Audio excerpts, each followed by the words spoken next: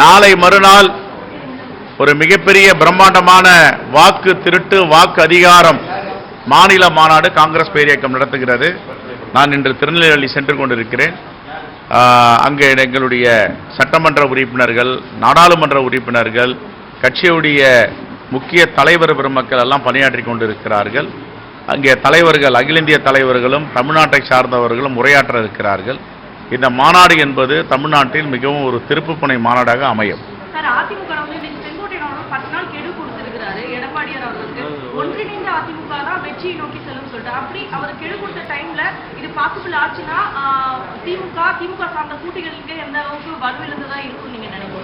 அந்த பாஜக அதிமுக கூட்டணிக்கு தமிழ்நாடு மக்கள் கெடு கொடுத்துட்டாங்க.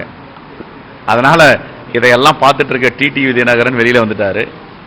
தமிழ்நாட்டு மக்கள் அந்த கூட்டணிக்கு கெடு கொடுத்துருக்கிறதுனால இன்னைக்கு செங்கோட்டையன் பேசியிருக்காரு. ஓபிஎஸ் வெளியில வந்துட்டாரு. இன்னும் யார் யார் வெளியே வர போறாங்கன்னு தெரியல. அது மூழ்கின்ற கப்பல், அந்த கப்பலில் ஏறினால் முழுகி விடுவோம் என்று ஒவ்வொருவராக ஒரு காரணங்களை சொல்லி வெளியே வருகிறார்கள். தமிழ்நாட்டு மக்கள் ஒருபோதும் பாஜக அதிமுக கூட்டணியை ஏற்க மாட்டார்கள். இது யதார்த்தமான உண்மை. இன்றும் தமிழ்நாட்டுக்கு கொடுக்க வேண்டிய ஜிஎஸ்டி பணம், நம்முடைய உரிமை தொகை, ரத்தமும் வேர்வையும் சிந்தி தமிழ்நாட்டு மக்கள் கட்டுகின்ற வரி பணத்தை, நம்முடைய பங்களிப்பை 50 விழுக்காடு கொடுக்க வேண்டும், 20 விழுக்காடு கொடுக்கிறேன் என்று வம்படி செய்திருக்கிறார்கள். அதே போன்று பேரிடர் நிதி கொடுக்கவில்லை. மாணவ செல்வங்களுக்கு அடுத்த தலைமுறையை உருவாக்குகின்ற பள்ளி கல்வித்துறைக்கு கொடுக்க வேண்டிய நிதியை தரவில்லை. கேட்டால் மும்மொழி கொள்கையை ஏற்றுக்கொள்ள வேண்டும், புதிய கல்விக் கொள்கையை ஏற்றுக்கொண்டு கையொப்பமிட்டால்தான் நாங்கள் பணத்தை கொடுப்போம் என்று சொன்னால் இது எவ்வளவு பெரிய ஜனநாயகத்துக்கு எதிரான செயல் என்பதை தமிழ்நாட்டு மக்கள் புரிந்திருக்கிறார்கள். ஆகவே இந்த கூட்டணிக்கு வாக்கில்லை, ஏற்றுக்கொள்ள மாட்டோம் என்று. ஆகையால் இதை புரிந்து கொண்டவர்கள் ஒவ்வொருவராக, அண்ணன் டிடிவி தினகரன் நேற்றுக்கு வெளியே வந்தார். இன்று செங்கோட்டையன் அண்ணன் அவர்கள் கெடு வைத்திருக்கிறார்கள். ஆகவே இதெல்லாம் எதை காட்டுகிறதா? தமிழ்நாட்டு மக்கள் அந்த அதிமுக பிஜேபி கூட்டணிக்கு கெடு வைத்து விட்டார்கள். ஆகவே இது பொருந்தா கூட்டணி, இயற்கைக்கு எதிரான கூட்டணி, தமிழ்நாட்டு மக்கள் ஏற்றுக்கொள்ளாத கூட்டணி என்று. ஆகவே ஒவ்வொருவராக இது மூழ்கின்ற கப்பலில் நாம் ஏறவும் வேண்டாம், அதில் பயணம் செய்யவே வேண்டாமல் ஒவ்வொருவராக இறங்கி கொண்டிருக்கிறார்கள். போக போக தெரியும். கட்சி பிரச்சனைக்கும் பாஜக டெல்லி தலைமை தான் காரணம் அரசியல் விமர்சகர்கள் பேசுறாங்க. பாஜக எங்க உறவாடுறாங்களோ உறவாடி கெடுக்கும் ஒரு கட்சி தான் பாஜக. அதுக்கு பல முன்னுதாரணங்கள் இருக்கு. நீங்க சந்திரபாபு நாயுடு கிட்ட கடந்த காலங்களில் கூட்டணி இருக்கும்போது அவங்களுடைய நாடாளுமன்ற உறுப்பினர்கள், மாநிலங்களவை உறுப்பினர்கள் ரைடு பண்ணி சார்ஜ் ஷீட் லெவலுக்கு போயிட்டு அதுக்கப்புறம் கட்சியில் சேர்ந்த ரமேஷ் சௌத்ரி நாடாளுமன்ற உறுப்பினர் பேர நினைவு இருக்கு. இவங்கெல்லாம் பாஜகவில் சேர்ந்த உடனே அவங்க வாஷிங் மிஷினில் போட்டு வெண்மையாக்கி புனிதவன்களாக கங்கையில் குளிக்க வச்சு சேர்த்துட்டாங்க. வழக்குகளே கிடையாது. அந்த கட்சியை உடைச்சாங்க. அதற்கு பிறகு மகாராஷ்டிரா, ஹரியானா, பீகார் எல்லாத்துலேயும் அவங்களுடைய சித்து விளையாட்டு இருக்குது. உச்சபட்சமாக கடைசியில் அதிமுகவை என்ன செய்தார்கள் தெரியும், இப்போ என்ன செய்ய போகிறார்கள்னு தெரியும், எல்லோருக்கும் தெரியும். ஆகவே வீழ்த்து கொள்ள வேண்டும். வீழ்த்து கொண்டவர்கள் பிழைத்து கொள்வார்கள்.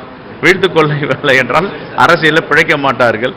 ஆகவே வீழ்த்து கொள்ள வேண்டும் பாஜகவிடம் என்றுதான் எங்களுடைய வேண்டுகோள். அமெரிக்க அரசு 50% இந்திய மக்கள் வரி விதிப்பால தமிழகத்திலே பெரும்பாலான பாதிப்பு இருக்கு. மத்திய அரசு ஒரு புறம் அழுத்தம் கொடுக்கணும், நடவடிக்கை எடுக்கணும் அப்படின்ற ஒரு புறம் இருந்தாலுமே காங்கிரஸ் கட்சி இந்த வலிமையை எதிர்க்கணும், என்ன நடவடிக்கை எடுக்க இருக்கிறாங்க? இல்ல, இவங்க அமெரிக்காவுக்கும் இந்தியாவுக்கும் என்ன பிரச்சனை? 50 விழுக்காடு ட்ரம்ப் என்ன சொன்னாரு? நீ ரஷ்யாவோட என்ன வாங்கக்கூடாது, ரஷ்யாவோட நீ கச்சா ஆயில் வாங்கினீங்கன்னா நான் வரி விதிப்பேன், ட்ரேட் அக்ரிமெண்ட்டை நீ மீறன்னு சொன்னார். ஆனால் இவங்க என்ன சொல்றாங்க? ரஷ்யாவில் மலிவா கிடைக்கிது வாங்குறேன்னாங்க. ரஷ்யாவில் மலிவா கிடைக்கிது கச்சா எண்ணெய் வாங்குறது யாருக்காக வாங்கினீங்க? அரசுக்காகவா அம்பானிக்காகவா? அம்பானிக்கு மிகவும் மலிவா வாங்கி தரீங்க.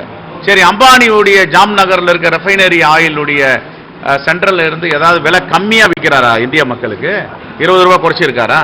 மலிவான விலையில வாங்குறோம், 1 லிட்டருக்கு 20 ரூபா 30 ரூபா குறைச்சிருக்கணும். அப்போ மலிவுன்னா என்ன மலிவு? அது யாருக்கான மலிவு? அப்போ இந்திய மக்கள் இப்பொழுது கரூர் மாவட்டம், கோயம்புத்தூர், நாமக்கல், திருப்பூர் எல்லாம் பின்னல் ஆடை தொழில்கள் சுத்தமாக நடிச்சு போச்சு. ஏற்கனவே எம்எஸ்எம்இயை க்ளோஸ் பண்ணிட்டாங்க. இப்போ இந்த வரி விதிப்பு மூலமா ஏற்றுமதி தடைபடுது.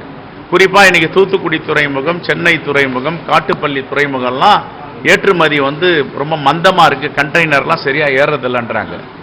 நாங்கள் அப்பவே சொன்னோம் 40 விழுக்காடு ஜிஎஸ்டி நம்முடைய நாட்டுக்கு பொருந்தாதது, யூரோப்பியர்களுக்கு பொருந்தும், ஐரோப்பியர்களுக்கு பொருந்தோம். இல்லை 40 விழுக்காடு நான் கொண்டாடுவேன். நாங்கள் இப்போ என்ன பண்ணாங்க? மக்களிடம் கடன் சுமை ஏறி போச்சு, இருப்பு சேமிப்பு குறைஞ்சி போச்சு, இந்தியாவுடைய பொருளாதாரம் மங்குதுன்னு இப்போ 18% ரிவர்ஸ் ஆகுறாங்க. இதை சொன்னது யாரு? எங்களுடைய தலைவர் ராகுல் காந்தி சொன்னார், மேனாள் நிதியமைச்சர் திரு ப சிதம்பரம் அவர்கள் சொன்னார்கள். அப்போ நீங்கள் கேட்கல.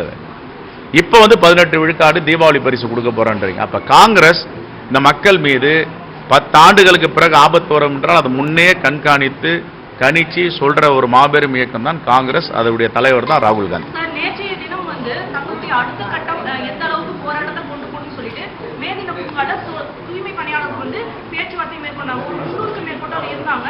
ஆனா அவங்களையும் காவல்துறையினர் கைது செஞ்சாங்க. ஸோ இந்த எங்களுக்கு பேச்சு உரிமை கூட இல்லையா அப்படிங்கிற மாதிரி தான் இன்னைக்கு இஷ்யூஸ் போயிட்டு இருக்குது. நீங்க இதை எப்படி பேச்சுரிமை, எழுத்துரிமை, கருத்துரிமை, வாக்குரிமை எல்லாம் இருக்கு மக்களுக்கு. அதை யாரும் பிடுங்கக்கூடாது. நான் இப்பதான் நீங்க சொல்றீங்க, நான் தமிழ்நாடு அரசுகிட்டே காவல்துறை நான் பேசுறேன்.